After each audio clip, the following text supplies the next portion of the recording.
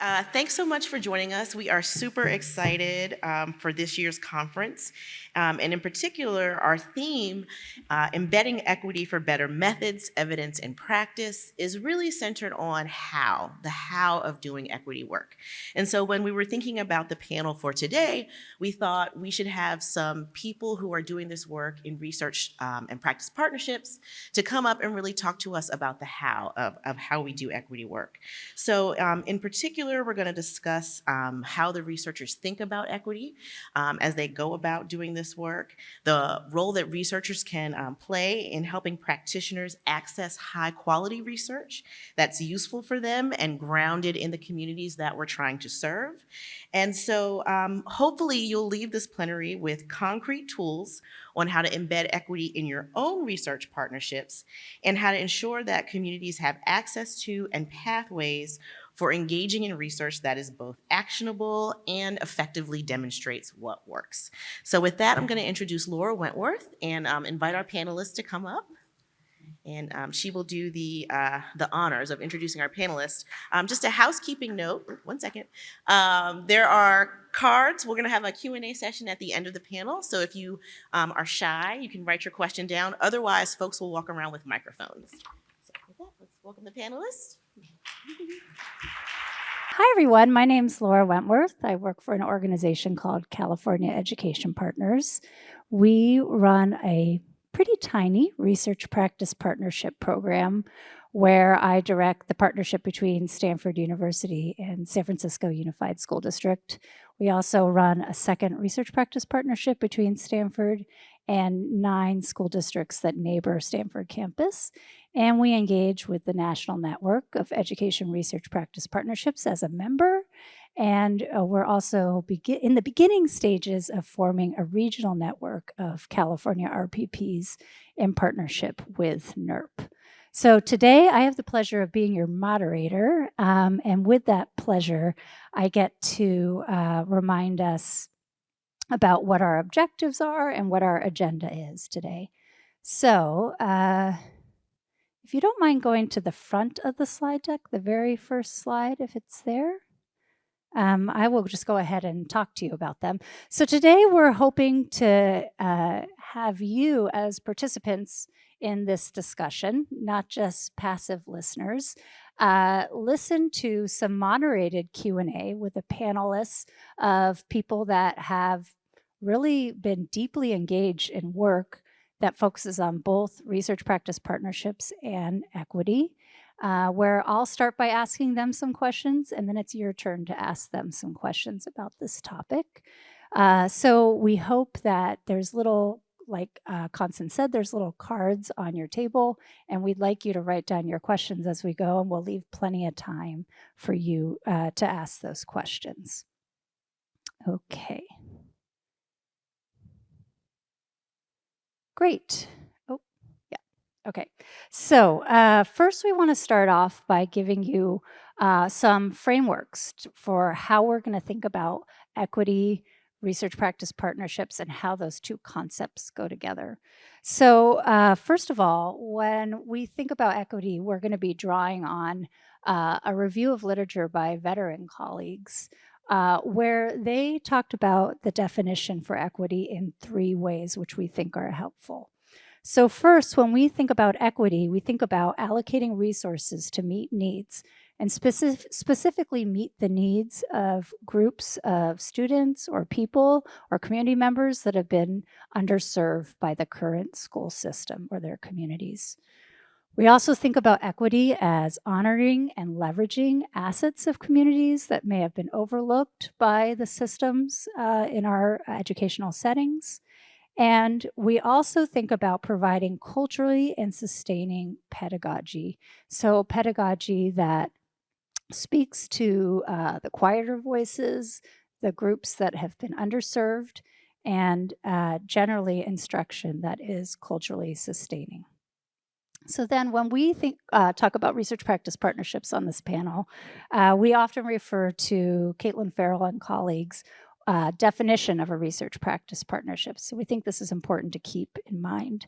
So when we talk about research practice partnerships, we talk about them as long-term research collaborations.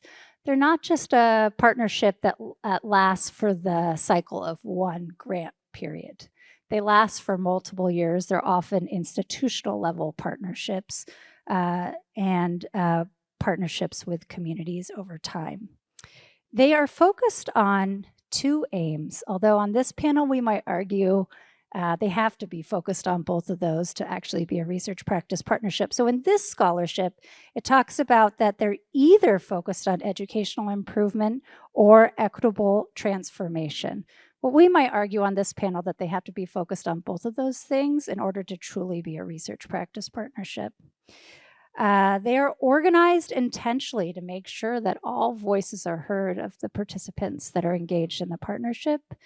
They connect diverse forms of expertise. So oftentimes when we're researchers entering into these partnerships, we might come in as the quote unquote expert. But in these partnerships, community members, teachers, parents, leaders of the school district are also seen as having important expertise. And probably most importantly, they shift power relationships to ensure that all partners have a say. So now comes the fun part. This is really where the literature on research practice partnerships and equity is still evolving. And so we'd like to propose for you to think, when you think about those two terms together, we want you to think about John Diamond's critique of research practice partnerships.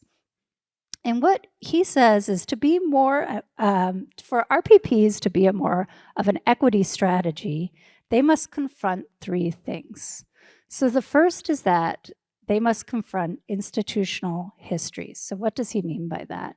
So oftentimes the universities or the organizations that you as researchers or that people in educational settings work in may actually have racist roots, may have come from or built upon histories that institutionalize certain challenges in our society. Also, we must confront power asymmetries. So clearly when you're working in partnerships, there has been this theory in a research practice partnership or in relationships between researchers and practitioners that researchers come with more power. They come from the ivory tower. They're seen as the experts. And so in partnerships, you truly have to work on addressing those power differences. And the last but not least, the processes that are used in engaging with and among researchers and practitioners are racialized organizational processes.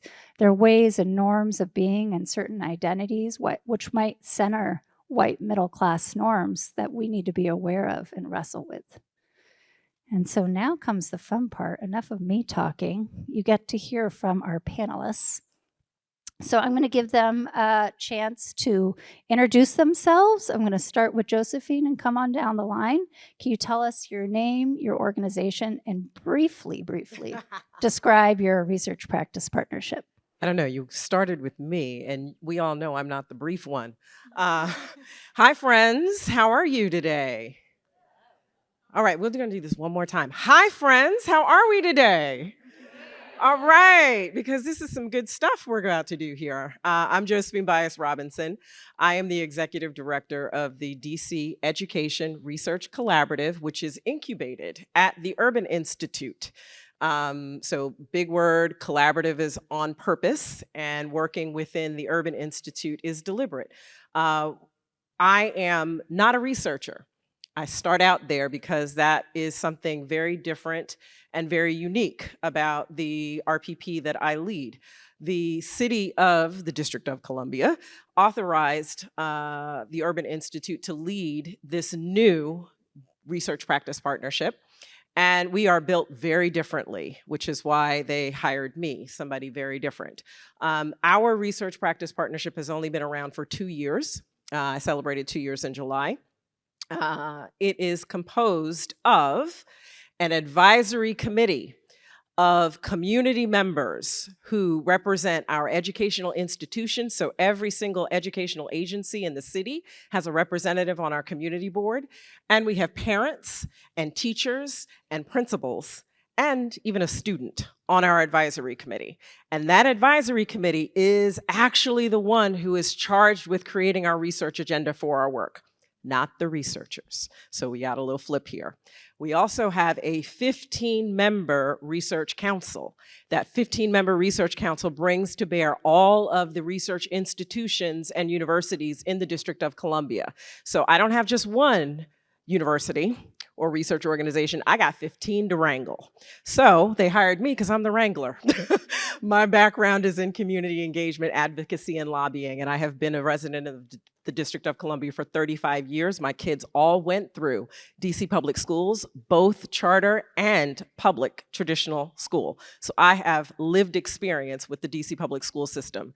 And as somebody who has been the former chief of family and public engagement for District of Columbia schools, I have worked closely within the institutions as well as been a recipient and a customer of the educational system. And I've worked with researchers and policymakers in politics. I've worked at the White House and other agencies. So all of that experience, I need it because it's so much fun wrangling 52 people. But that's my job. That's what we do. And we have an orientation about doing work with our community, research with high quality research with, not on. So that's my intro. Welcome. All right, Callie. Sure. Well, good afternoon, everyone. My name is Callie Womble Edwards, and I am a researcher, but I work a lot with practitioners, and so I'm so excited to be on this panel to talk about research practice partnerships. So a bit about my background. I currently serve as the Director of Program Evaluation and Education Research at the Friday Institute for Educational Innovation, which is at NC State University. We are a research institute that is a part of the College of Education. And so it may be similar to different institutes that you may be familiar with at your own institutions. A little bit about my background with RPP work. So typically I serve as what we call an RPP broker, or someone who kind of communicates with the research side of the house and the practitioner side of the house. So how do we build relationships, build communication, be a bridge between those two groups so that we can keep students at the center and equity at the center. In my work at the Friday Institute, I've been there 5 years, and I can't count the number of partnerships I've been a part of, but just to kind of give you a flavor, some of them have been small, so some of them have been like an individual school and an individual research team. Some of them have been larger, so working with multiple schools or even districts and multiple researchers and research teams, so I definitely echo what you said about wrangling folks. That is a challenge. Scheduling, that is a challenge, and we can talk more about challenges later. But I guess I'll just leave it there. I've had a long history of working with partnerships, kind of varied in terms of scope and size, but at the heart of it, it really is how do we keep kids at the center? How do we keep students at the center? Because again, my work is all in education. And then what does equity look like, not just in our research methods, but also in our practice of working with the partner. So again, working and collaborating across different folks. So excited to have this conversation today. All right, June. Hey everybody, my name is June An. So I wear a couple of hats. I am a professor in the School of Education at UC Irvine, but I also direct an initiative called OCEAN, which is the Orange County Educational Advancement Network. One of our grad students created that name, so I want to give credit to that. So I'm both a tenure track faculty member, so if anyone's interested in talking about how do you do RPP work while you're on the tenure track, I'm happy to talk about that. But I'm also a broker. So OCEAN actually is a school initiative where we help faculty and students create equitable partnerships with the surrounding community. So my own background is actually in education and co-design. So I focus a lot on co-designing interventions with community partners. And so we focus on OCEAN on training folks to co-create research agendas, co-create interventions. Part of my brokering role there, I'm concerned with building and sustaining the organization. And OCEAN's been about 4 years old. We've supported just about maybe 50 or so partnership projects between grad students and faculty members in the community.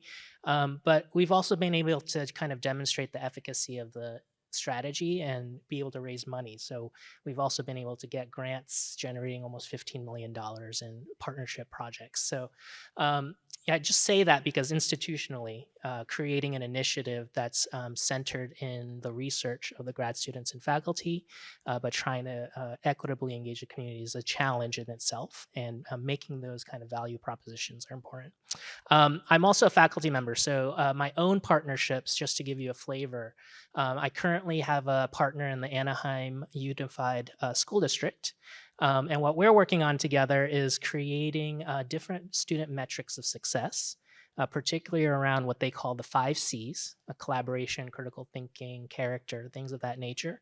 But we're actually building systems with large language models and generative AI in order to capture student experiences, student narratives, and actually value the skills that they already have, actually. So, but my interest in that is we're deploying the system with 30,000 students next week. We'll see what breaks. And 1,200 teachers next week. But my personal interest is actually to document and study the change process. So how does this system start to shift where the teachers make different sense of the data?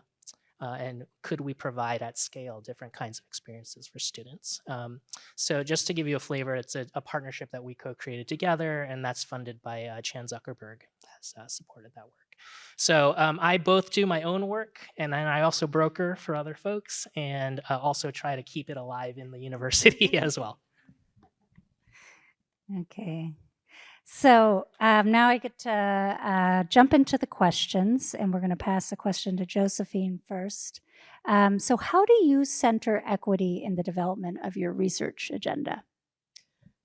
So it starts with the orientation and vision that you establish in terms of who is at the table and how are you going to work with those who are at the table. And so when we developed our research practice partnership, those 2 components that I talked about, the advisory committee and the research council, it was very, very important for us to look at one, building trust between the two based on what we've talked about in terms of power dynamics, because the city was very deliberate about creating an advisory committee and charging the advisory committee with the development of the research agenda.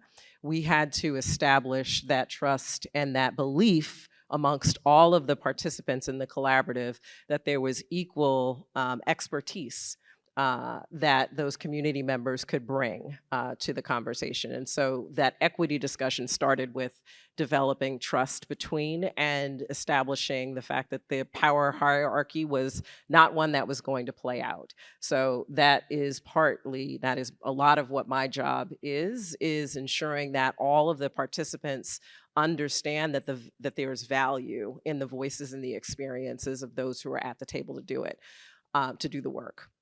So our research agenda is these are the differences, it's not research projects. Our agenda are it's the guiding kind of document and the guiding goals of the work that we intend to do. And we have questions that the community members who are, again, practitioners and those with lived experience in the educational community in DC determine we have gaps in information, we have need for this information, and we have to use this information in some way. So how can you help us answer these questions, fill in these gaps? And we want to inform and contextualize this for you.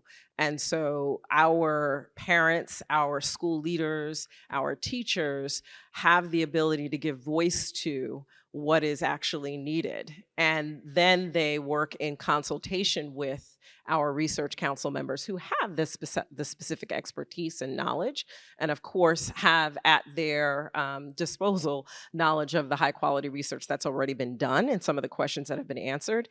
And because they're hearing how the community is phrasing it and how they're going to use it, they are able to contextualize it for DC specifically. But it can't happen if they don't understand that what it is that you know or you think you know isn't what you really know when it when the rubber hits the road, when it actually happens or it's lived out in a school.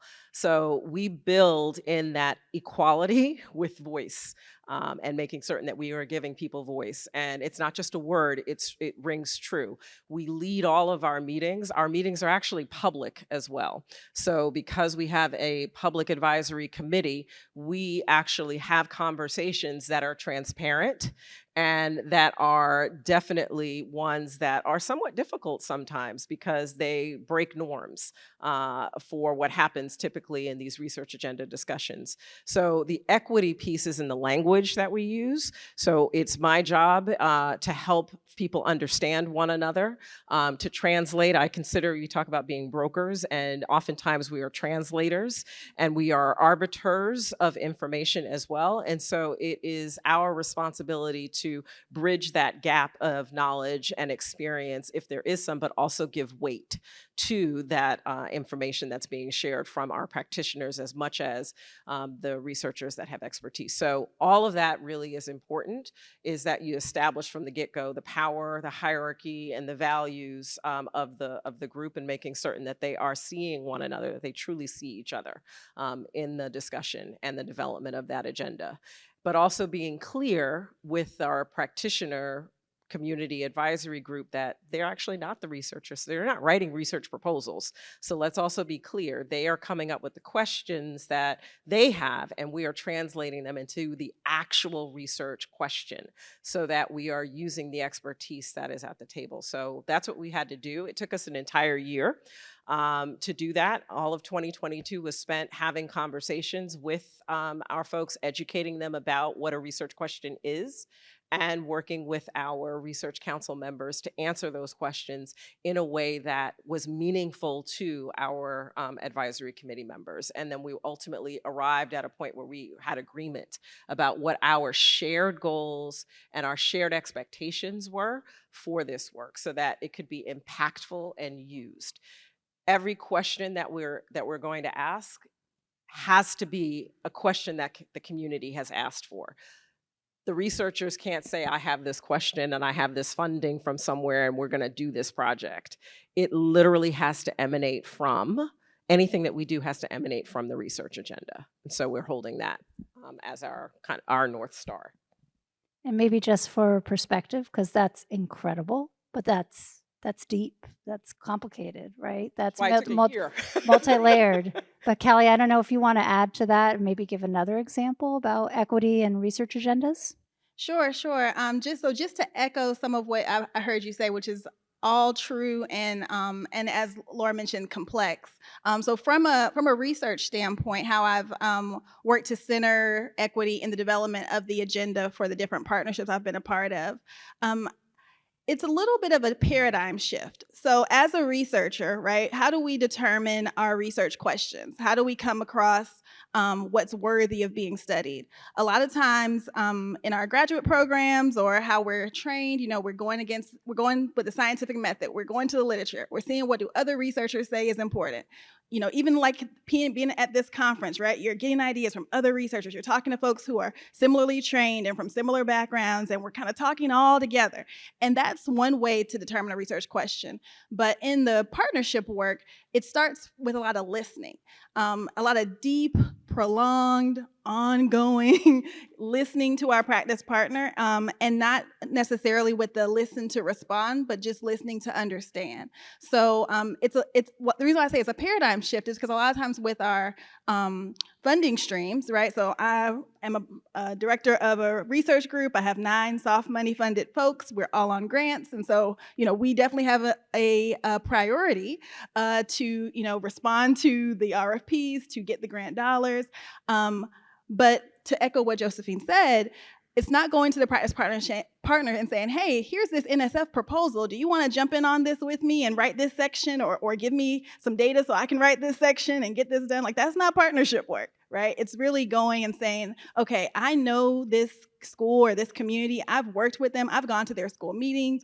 I've gone to their board meetings, not with an agenda, just to listen, just to be in the community with the folks. And so if something does come across my desk that it's like, oh, this is a good opportunity, not just for my group, but also because I know that this school school or this district, they've been having this ongoing challenge, and this is going to be a mutually beneficial partnership. This is going to be something that we can both go in on. We both are going to have some benefit. Not just my team is going to benefit because we're going to get the research dollars and the grants and the publications, which is all things that we care about, right, as researchers, but also it's going to help them with a problem of practice that I know they have because I've listened, I've been there.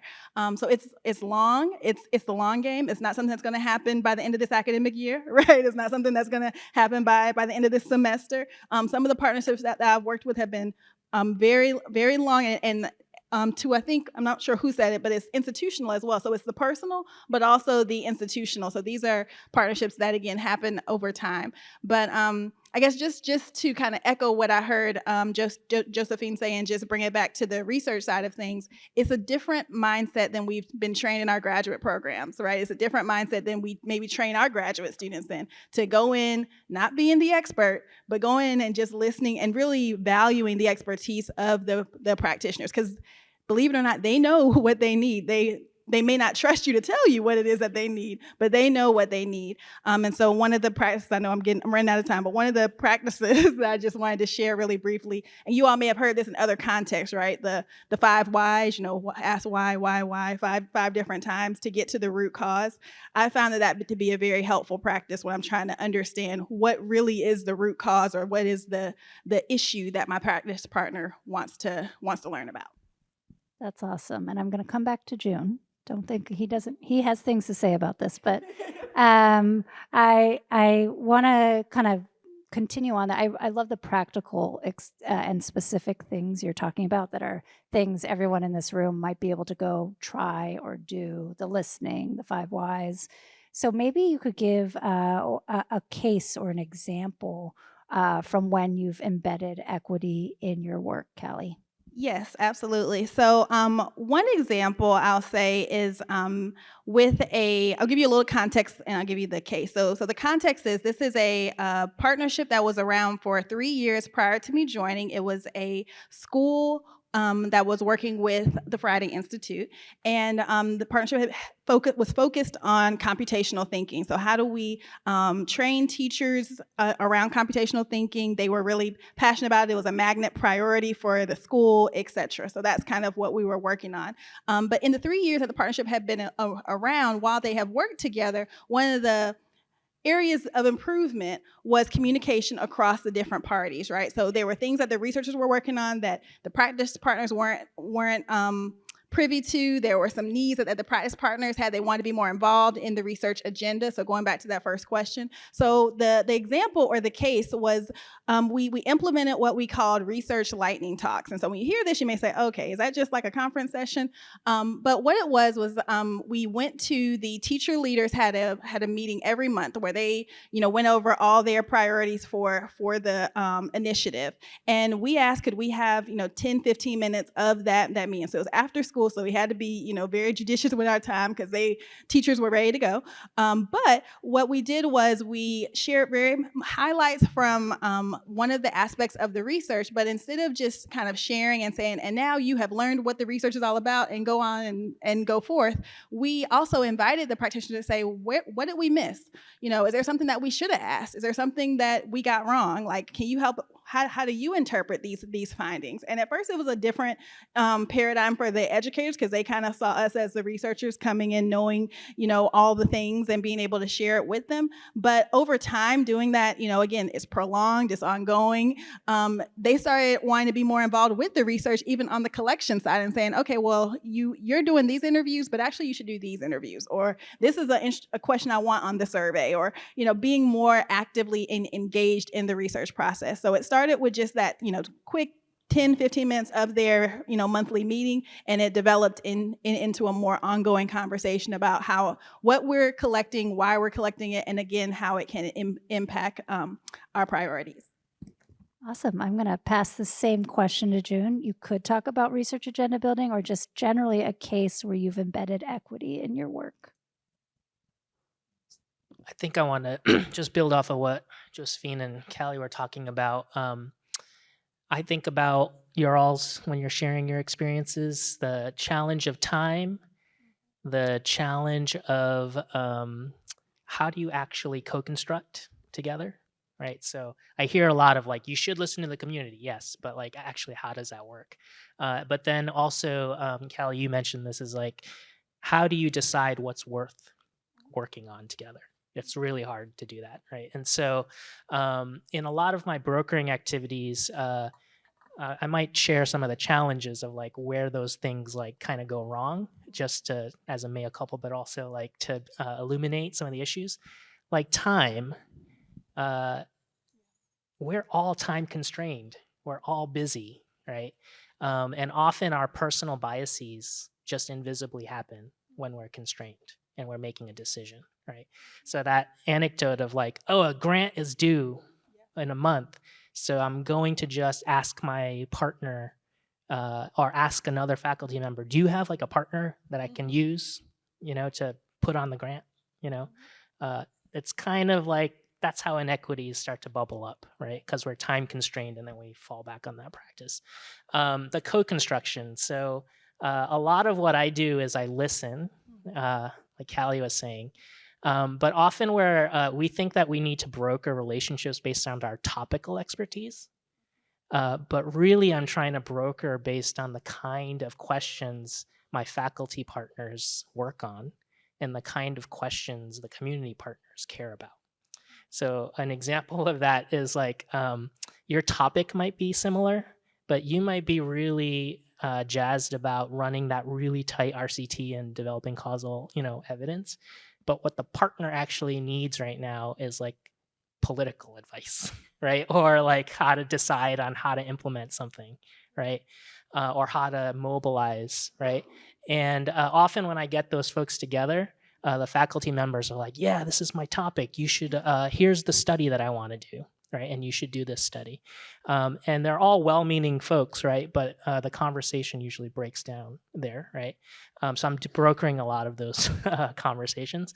And in terms of like what's worth studying, something that we've struggled with and had to really talk about as the ocean community, grad students and faculty, are that when we're listening to the community partners, I often are bucketing in my mind in real time what I'm hearing in terms of, oh, there's a bucket of problems that the community cares about that is not me, right?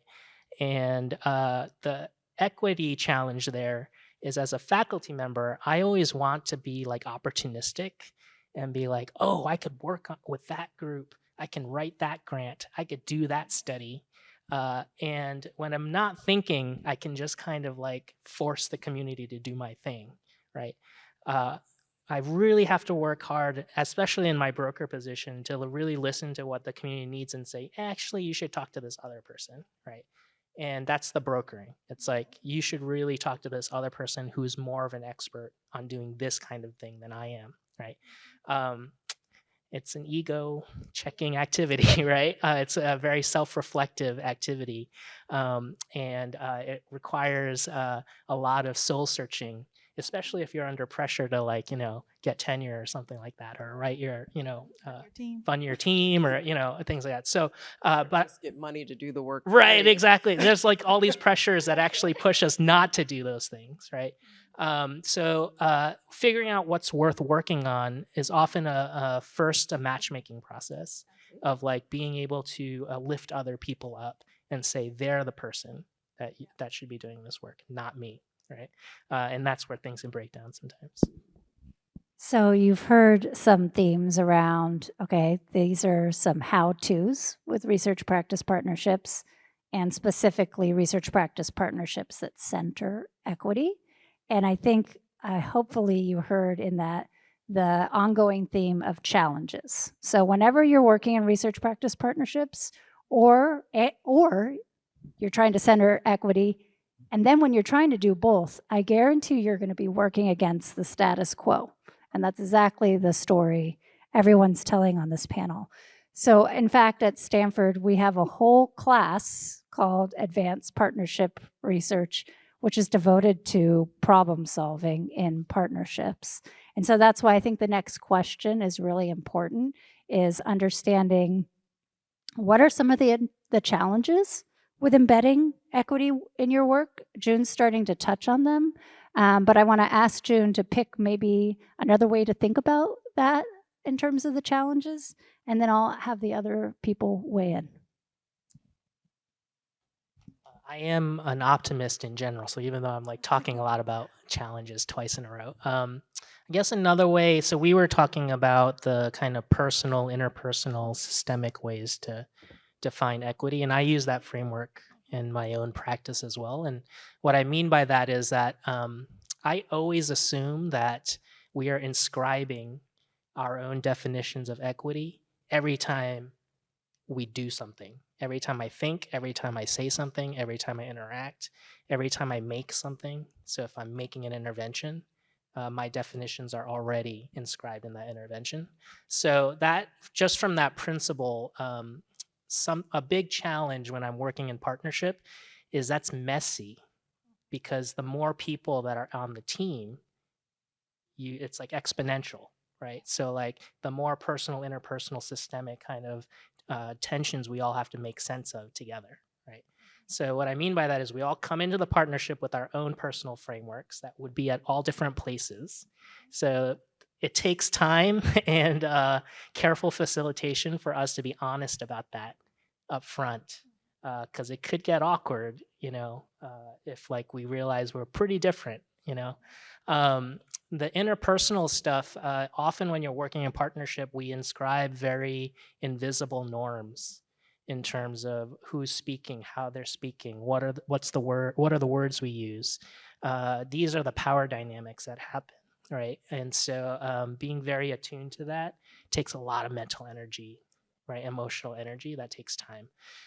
And then the systemic piece for me is like, I'm an interventionist, so we're often creating something like a technology or a tool or a program, and getting on the same page and being honest about what is it that we're actually trying to affect, and is it really an equity thing, or or is it just kind of like a surface level equity outcome, right?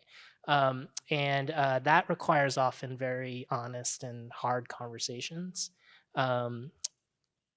For many reasons, I'll just leave it at that. But just to keep an eye out for that. Often you're coming up with the outcome of the project and being very honest about like, well, come on, let's be real. Like what are we actually doing, right? That's a difficult conversation to broker. Before I go to the next panelist, I want to prompt you. We're going to start with the questions from the audience soon. So if you have a question that you have written down, in a couple minutes, you can wave it in the air, and there'll be people, I think, that can come up to you with a microphone for you to ask questions. So get ready. It's going to be your turn to be moderator next, or to share your questions. But I think Josephine wanted to add. Were you signaling to me you wanted to I was signaling before, but all right. It was all right. I'll go, Joseph. So let's talk about equity and challenges. Tell us about that. No, I just want to amplify. We often talk about challenges quite a bit, and we should actually flip that language and say the opportunities to learn. There are many ways for us to reframe what has been a challenge to what will benefit more folks and the work in and of itself. And so I am beating the point of our word choices, and our word choices are embedded and institutionalized in the work in research, in how we characterize communities, and that in and of itself needs to be challenged in terms of, we talk about at risk.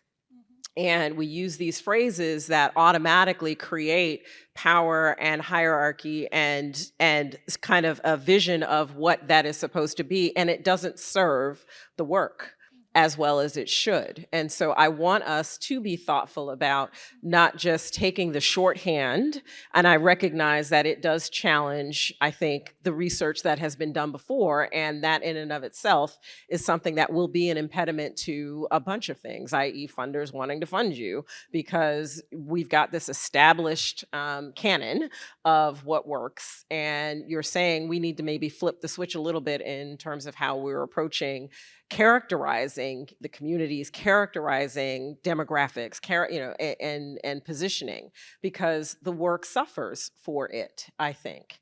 And so that's what we're trying to do with bringing these bodies together, with having community at the table, at the center of it. Because we talk about kids are at the center. We talk about the work being about, and we want to get published. We want that work to live and to be useful, but to be useful, it has to be meaningful to that community. And to be meaningful, it can't put people in the boxes that they've always been in. And so that in and of itself is a challenge to this work that I think RPPs in particular are well positioned to inform. And because there isn't as much, I think, research and kind of body of work, we have that opportunity. So my point is to flip the challenges to opportunities to inform and to expand. Excellent. Callie, you want to add it all? I can, but is there Yep. You want to go to questions. So I don't say it again. Oh, is this one? Okay. Collecting. Ah, okay. I thought they were asking them from the.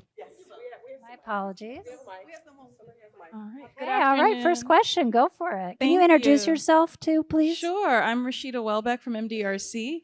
And I wanted to hear you all share around issues of trust. I've worked on a number of projects that were research practitioner collaborations, and establishing and maintaining trust was huge for the work to be effective and for us to actually work well together. And so I'm curious to hear what was most critical for you all in helping to establish trust on both sides, the researchers and the practitioners, and also when things went off the rails, because they sometimes do, how do you reestablish trust, and what were the things that were critical for reestablishing trust? You want to take that? So a personal rule that I have for when I know a partner of mine is like a true partner is after our first fight. So like that's when I know, like Family until you have a fight. right, and so I'm very like inclusive. I have lots of conversations with lots of community partners, and so there's lots of things up in the air and possible. But the ones that go forward with are the ones that like we fight first, and then we figure out. And the reason I say that is because you can find out a lot when you have an uncomfortable conversation, a disagreement, or you realize that the ways that we think about our racialized experiences are different, or something like that, right? And I learn a lot from how my partner reacts to that. So if the reaction is like, all right, I'm just going to be blunt. Like if the reaction is defensive, and if the entire conversation is built around guilt, or like why would you say that, or why would you think that I would do that, and we're having that conversation, it's a very difficult situation to build trust, right? If the situation though is like, let me understand what you're trying to say, I'm trying to say this, what did you misunderstand about what I was saying? And when you can be like super honest at that level, right, and not even agree, right, but be very honest at that level and figure out what to do together, I have a lot of confidence that there's trust, right? So I don't define trust as this like good feeling of like we get along, everything's aligned all the time, right? Because in that situation, you're only going to work with people like yourself, right? I define trust in that kind of moment when there's misalignment, and what are our frameworks that we bring to bear to resolve that misalignment. Can I just add, again, I've said we have almost 50 some odd people to bring together, and it's doggone near impossible to get everybody to agree. So it actually was my job before they actually came together in a meeting. I made them come together. So we don't have research council meetings, and we don't have advisory committee meetings. Everybody comes together. That's why we're called a collaborative. I personally spoke to every single person before the first meeting, and I asked them, what do you think you're doing in this group? Why are you here? What do you want? What do you personally want? And as an institutional representative, what does your institution want?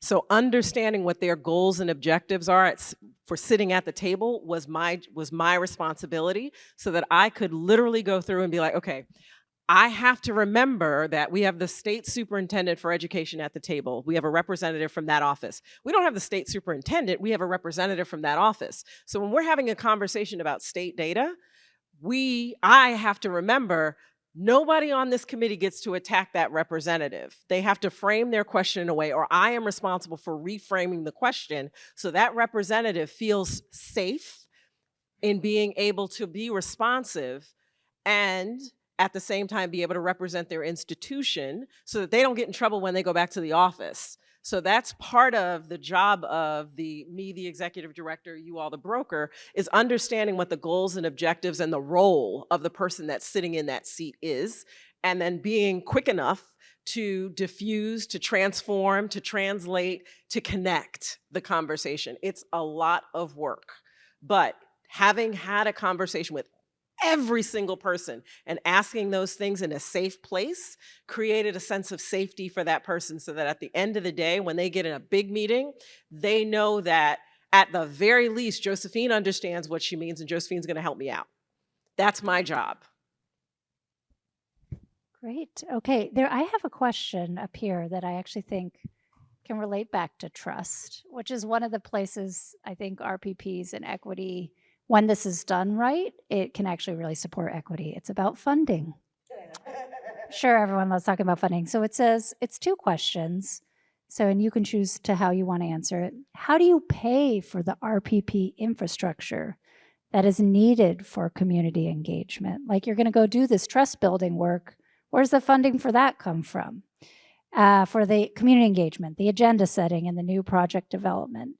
Is the current funding structure sustainable? I'll answer that one. Well, I'll at least toss something into that one. So this is something that keeps me up at night as someone who is soft money funded and has a team that is also soft money funded. So most of our projects are federal projects, so NSF, DOE, et cetera. But we know, and we talked about earlier, that partnership work is not necessarily grant work, because the grant is time limited. Even the best grants will end. And you have to continue the work even in that interim period. And to be perfectly transparent, this is something that we are still working on in my group, where there have been instances where the grant ends, and while we have all of the intentions of continuing the work, no one necessarily wants to just volunteer a lot of effort if they don't have the funding. So how do you make sense of that? Some things that we have done, and I think I would welcome other thoughts from those on the panel as well.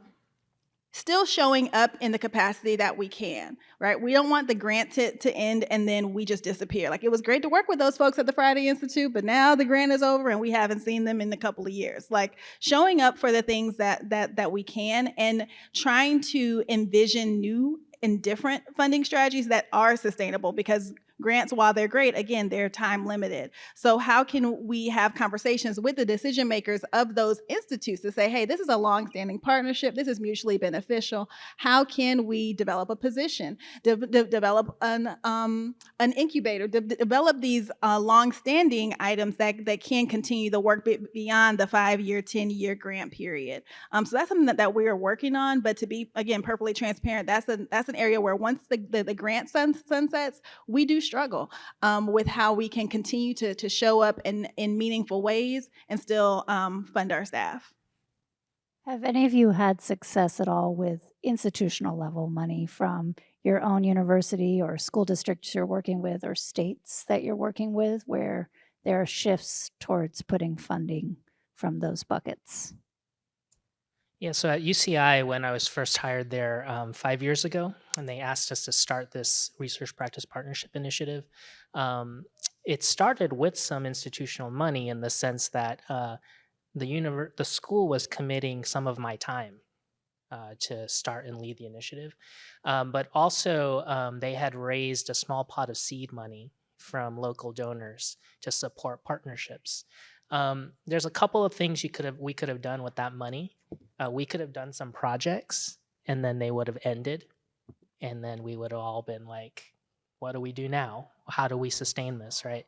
But we actually use that money to both embed grad students in local schools and districts, And we would run community events where I would facilitate kind of co-design activities where we would create research questions together. And so that did two things. One is that I built what I call kind of like latent relationships over time. And so whenever a new grant opportunity comes up, we have like our network of folks that we can put this out to and say, like, does anybody want to mobilize around this, right? And we already have had years of relationship building because we invested in that, right? It's super hard actually to justify that to the university. Like I have to keep framing it this way. Like that wasn't a waste of money. Like you gave us some seed money and we used it on relationships. And look, we raised $15 million, right? Like, we're at a stage, and I'm just going to humble brag, I apologize, is like we're at a stage where foundations will come and say, what are you all working on?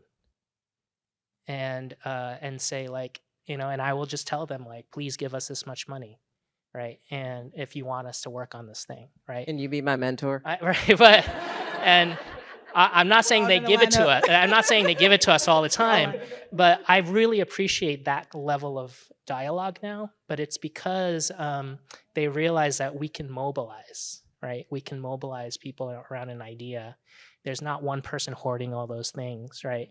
And those relationships, right? So I'd say when I talk to junior scholars, or folks are like, well, that's a lot of time.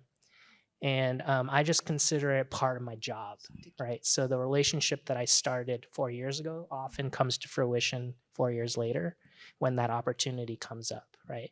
Whereas what most people do is a grant RFP comes out and they're like, who can I get? And it's like a stressful 3-month process or something, right? But you already have those relationships. You want to add, Josephine? Of and then I have one course more I question do. out Of course here. I do. So I described for you all the way that we're built, what have you, and we were authorized by the city, but we're not funded by the city. We applied, we being Urban Institute and the 15 research organizations came together and applied for the right to do this work. The city, however, did not fund this entity so that we could be independent, objective, and create the credibility and the trust that, if you all spend any time in the District of Columbia, you well know the center of, politics in the world, but also the local politics in and of itself are pretty fun. So they wanted an independent agent, and so we are that, but they didn't provide funding for it. When we assumed and competed for it, there were a number of foundations that indicated to the Urban Institute and to the group that they would be interested in this model that would have this community engaged partners kind of framework. And unfortunately, as soon as we won, those foundations picked up and left town. Left DC and found other place-based cities to invest in. So more than 50% of my job is identifying foundations and organizations that are willing to support this work. That being said, part of the challenge is also because of how we are built, because it is a research practice partnership that heavily relies upon the community to inform the work that is done, there's some, I think, hesitancy on the part of foundations to want to invest because they can't fully direct what those projects are. And so my request and plea, and also why I want to be mentored, is like, how do we make certain that the value of what we have built is well understood? I read lots of foundations talking about and putting out there saying that the community partnership work is vitally important. I don't see as much of those resources being directed to entities, particularly one like mine, which is a consortium and not based at a singular institution. And so my request is that we really think hard about this, because this community engaged work is critically important to ensure that the quality and the usability and the impact of what it is that we're studying actually makes a way into our school districts. So thank you for throwing up that alley-oop to me to put that out there. And we're going to have one last question. The main thing I would say on this too is funding can also be a point of equity in RPPs. So traditionally, funding has flown straight to the research organizations. And so one move you can just make when you're going after those grants, if you want to focus on equity, is think about, well, what are the resources my practice or community organization needs to engage here? Not just stipends for the interviews or your hourly pay, but how could it build their capacity to continue to engage in this partnership work? And you get to give the final question. Can you introduce yourself and share your question? Hi, my name is Natalie. I'm a doctoral student at NYU studying research practice partnerships. And I have 2 questions. You can take or leave them. So my first question, actually, I think you kind of set up well. We've talked a lot about trust in interpersonal relationships and how equity is embedded at that level. We've also talked about things like funding and racialized institutions. And so I think most folks here are probably thinking about the fact that research practice partnerships operate at multiple contextual levels at once. Functionally, I think that's hard to get your arms around. And so my first question is, I'm curious how you identify and continue to map those multiple sources of input that can contribute to imbalances in power, because I'm not sure we have good tools to do that yet. And the second question is around styles of collaboration. So I feel like there are a couple of different types of partnerships represented here, and it's been really exciting to hear about the different styles of collaboration you have now. And I know there's a little bit of literature out there now. Sometimes folks are able to do really transformative, almost participatory work. Sometimes people don't have capacity for that. And so I'm wondering, with those 2 questions, 1, how are you thinking about power inputs at multiple contextual levels? And 2, how are you thinking about what the right style of collaboration is, given that research practice partnerships are so variable? Awesome. I think we have time for a quick power answer from each group. Yeah, the 1 minute, what do you want to say? And you can address both questions or one of them. And I don't know, Josephine down to June. Don't start with you. Josephine will take it home. How about Callie? We start with you. Okay, June. June got the hot potato.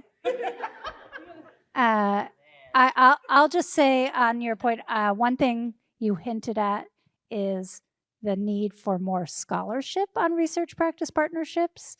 I know for me, relying on people who actually study these partnerships, that has been super helpful. The 2 IES-funded centers that produce research to help us, people leading research practice partnerships, actually has helped us support and center equity in our partnerships by learning about how organizations work and that there's multiple systems. So thank you for contributing to that.